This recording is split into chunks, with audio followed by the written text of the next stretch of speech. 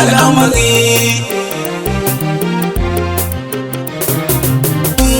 Rabu ƙara dubban salati gumme sa a faɗi. Murshidi hadi ɗaya ne ma'aiki annabi ne mafita. Sada Faduma ummi na Batula mai laƙabi binta. Sasan da Husaini ciki da Aliyu Haidar masu gari. Ɗane farkon lamari annabi ƙarshen al'amari. Amadun farko kuma ga ka ƙarshe Shehu Abul Abbas. Kaulahi namijin fama gidanka na zo shana Inyas. Me yarwa ka taka lau idan fa da kai ba na wasu. Kibiri ma abin haka ne da razini ali ne zikiri.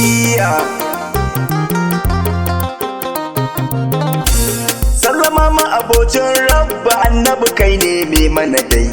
Gani na zauna a gaban ka roƙo na kai min haka dai.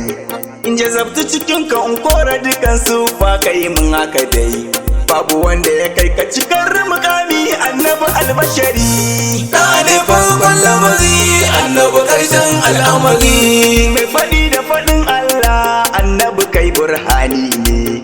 Kafu karfin kalmomi da furucin kafa aya ne. Me wa ma'adira ka kake sunan ka sunan Allah ne. Banda kai ba mu da komai a cikin ka ne muka yin budiri. Rayuwar farko kai ne da ƙarshe ya kake alhaji. Ka bayyana ka buya kana nan wake ma wahadi. Lamarin ka azimin ne a ya sanadi dukkan sanadi.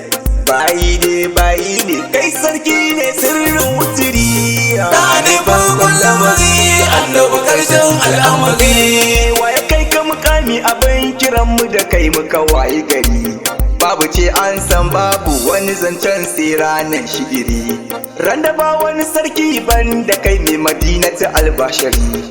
Roƙon da nake ranar ka ta san ɗana mashi iri.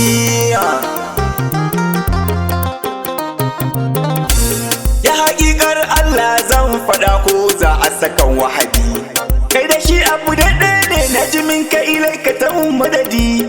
A sifar bawa ka taho amma aiki ya wuce jasadi. A rufai ku yi min afuwa zancen naku ne kar in yi jiri. Ɗane farkon lamari annabi ƙarshen al'amari.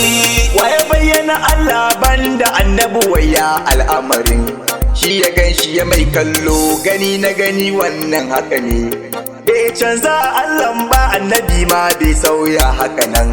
To waye sarki ne waye bawa alimun uziri.